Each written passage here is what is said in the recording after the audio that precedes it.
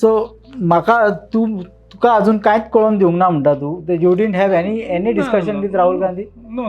Rahul Gandhi directly don't get involved in this because he is the LOP.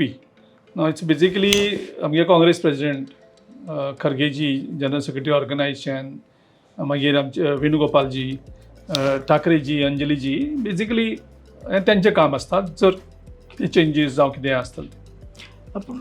Girish, you are a very close confidant of Rahul Gandhi, Mallikarjun Kharge ji. Kharge is not well. Is this the reason that could be there is delay in change of guard? No. Or the central leadership is really looking into changing the guard? So I don't know because I can't speak on their behalf. Actually, it is their domain where any change in leadership in the state happens. There I will have no role unless there will be some consultation. Even as a CWC permanent invitee? It will be a consultative role.